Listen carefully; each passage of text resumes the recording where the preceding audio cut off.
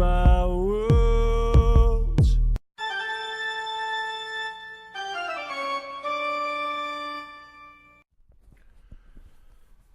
And here we are, round 1 with a blue-black control deck. This is a nice start. Omen Speaker in my opening hand is always a welcome sight. 2 of them are not much less welcome. So obviously I keep that. Now let's see what my opponent does.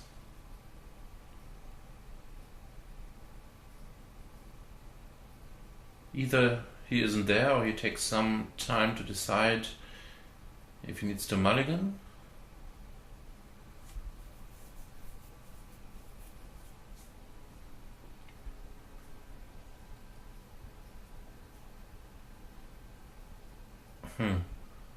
This takes quite some time. I did not remember such a long pause.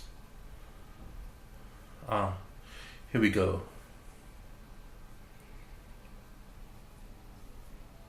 So he's blue as well. Now let's see who has the better blue deck. An early Omen Speaker, always a good thing, yeah, and I don't think I need that land, and you always need a Grip Tide. Note that I have a second Omen Speaker, so there's no need to scry for land just now. Here's an Omen Speaker too. Quite the control matchup.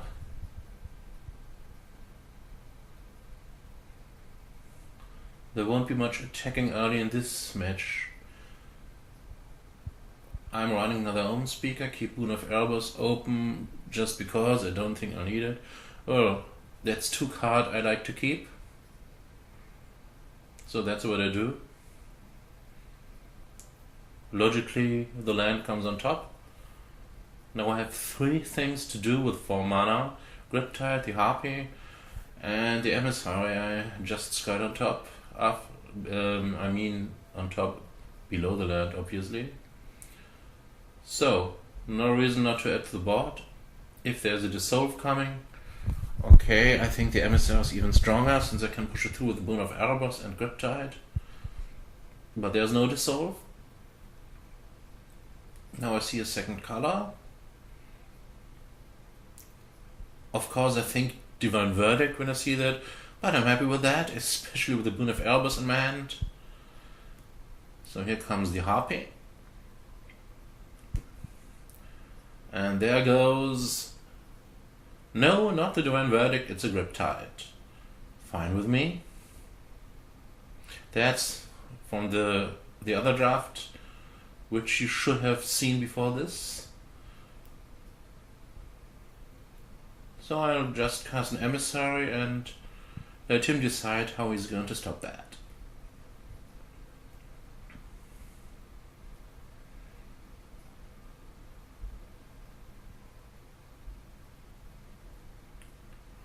So what he does is making his Omen Speaker bigger, which means I will let him score again soon. No, it doesn't mean that. I was thinking of Grip Tiding the Omen Speaker, but there's that Boon of Erebos in my hand. So instead I can just attack. Which is what I'm doing here.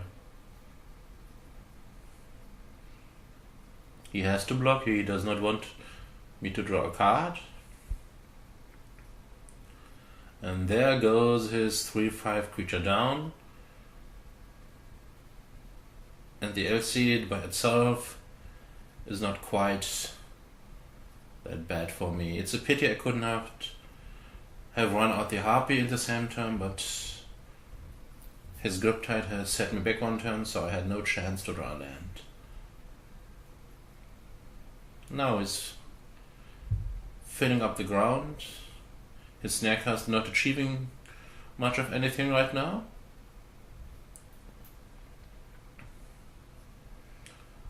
So since I cannot push through with the Emissary on this board, I'll just do the obvious thing.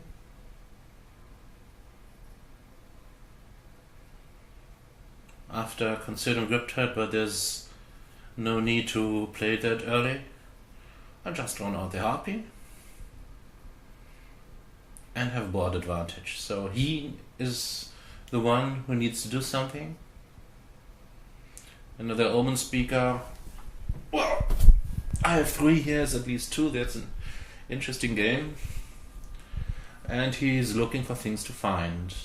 To deal with the harpy, or maybe just win out of nowhere, as Theros draft decks so often do.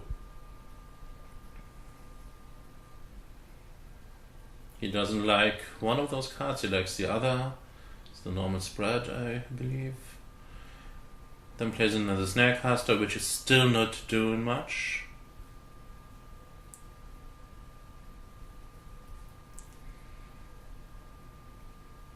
So what do I do? I'm thinking. There was a Secret's Revenge in the draft. So possibly he scryed into that, but actually it would not hurt me that much. I keep Fracas Q and Griptide open. If I have to replay my Omen Speaker, so be it. And he's not threatening that much damage, so let's see what happens. And sure enough, this is what happens. And it's a great example why Sea God's Revenge is not always the game decider you wish it to be. So, okay. My board is gone mostly. Here's some creatures. He's trying to press his advantage by attacking with everything, but that's not really a great attack. So he loses his best creatures. Well, okay, maybe the 2-3 is better. He loses another creature when I block. Overall, he deals 5 damage to me, bringing me down to 14. That didn't work out quite as planned. Now he has 1 card in hand. My grip is full. Also, I'm not really sure if what he wanted to do was bring the emissary back to my hand so that I can bestow it later. So I keep one of the lands, don't need the other, just to make sure that he's not overrunning me with something. I run out 2 blockers.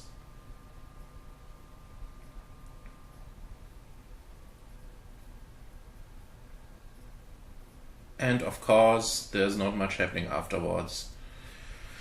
He would have had to really be lucky to draw something good again.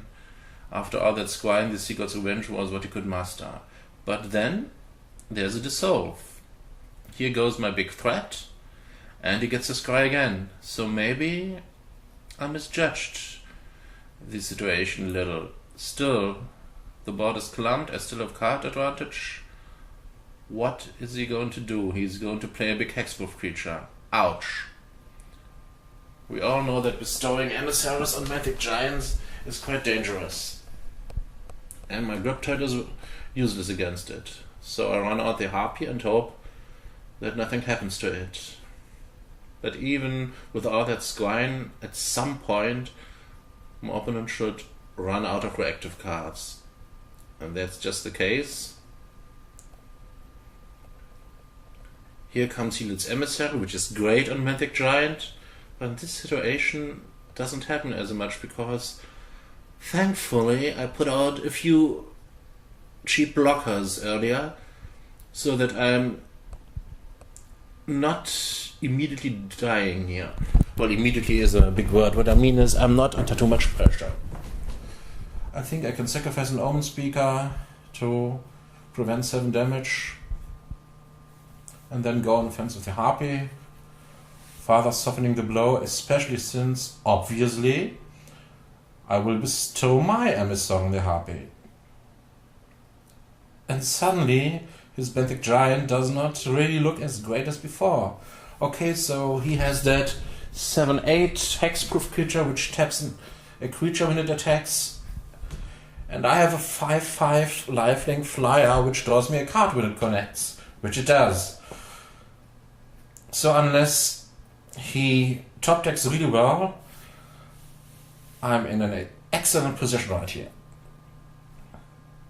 Well, I could have played the Thoughtseize with more mana, but since my opponent is already in top decking mode, that wouldn't achieve anything. So, I do not even need to jump here. Keeping my creatures a little longer to hold off the smaller creatures.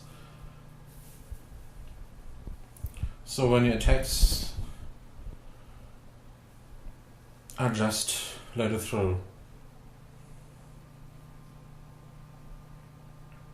Now I do not want to run into Divine Verdict, so let's see if he drew anything. Most likely he's keeping a land. And this is exactly what he has, and I'm completely fine with that, even though I lost 2 life to the Thoughtseize. So, another 5-point life swing for me, another card for me. This is going really well. Hero's Downfall, well, Bathic Giant is one of those threats you can't remove it. There are a lot of wrong answers in Theros. But the good thing is that I have the bigger play this game. He's dead on his next turn if he doesn't draw anything. And with Griptide and Hero's Downfall in my hand, I have a good chance to stop anything I might do. So there's not much going to happen right now. Another attack with a Hexproof Giant. No, it's an attack with everything. So what? I'm at 15 life. I see no point risking my Prescient Chimera to some kind of trick. I don't see myself dying here if I jump the giant. He would need to deal 10 additional damage. I don't see a way to do that.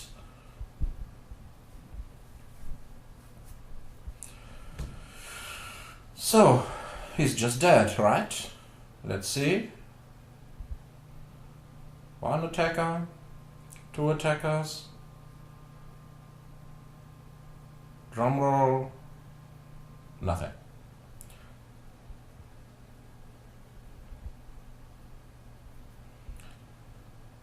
Now about sideboarding.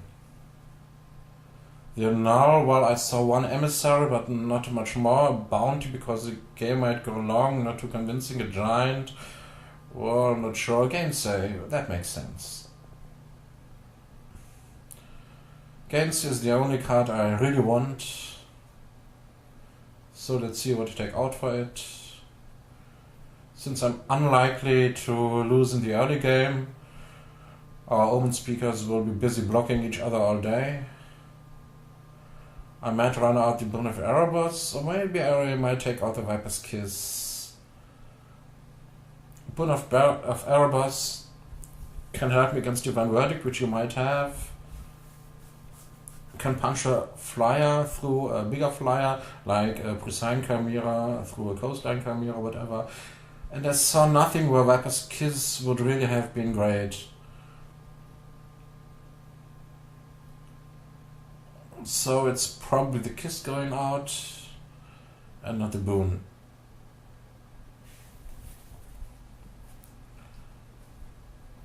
Second game, well, that's a great opening hand because it contains an Omen Speaker. Would that be any other non-land card, it would be not quite as nice. But this way I'm nearly guaranteed to hit my land drops, and I have a great curve. Second turn Omen Speaker, third turn Nimbus Knight, fourth turn Coastline Chimera and Insatiable Harpy. I cannot complain. So I think I want the land here, since I have a 6-drop in my hand, and then a 4th land is fine.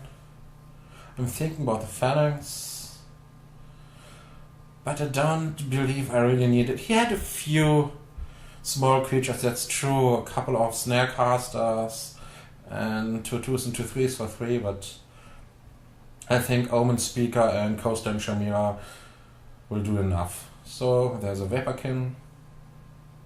That's okay, I can just play out the Naiad. So if he wants to deal damage, he has to deal with it.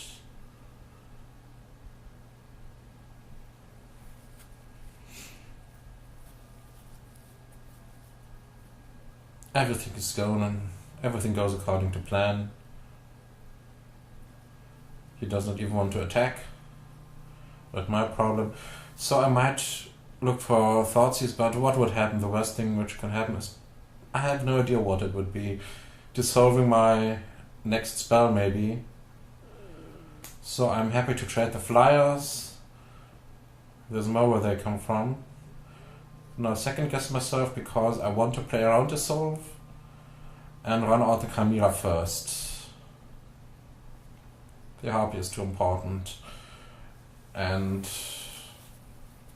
the Chimera is something he cannot completely ignore either. This is just how I like it. Now let's see what he has.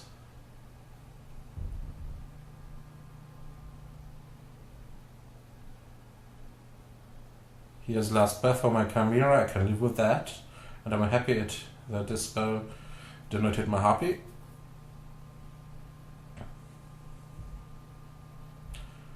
And then there's nothing left to take, except for Kraken Triton. That's it. So Zend is so weak that I really like to apply pressure now, before he draws anything which can turn around the game.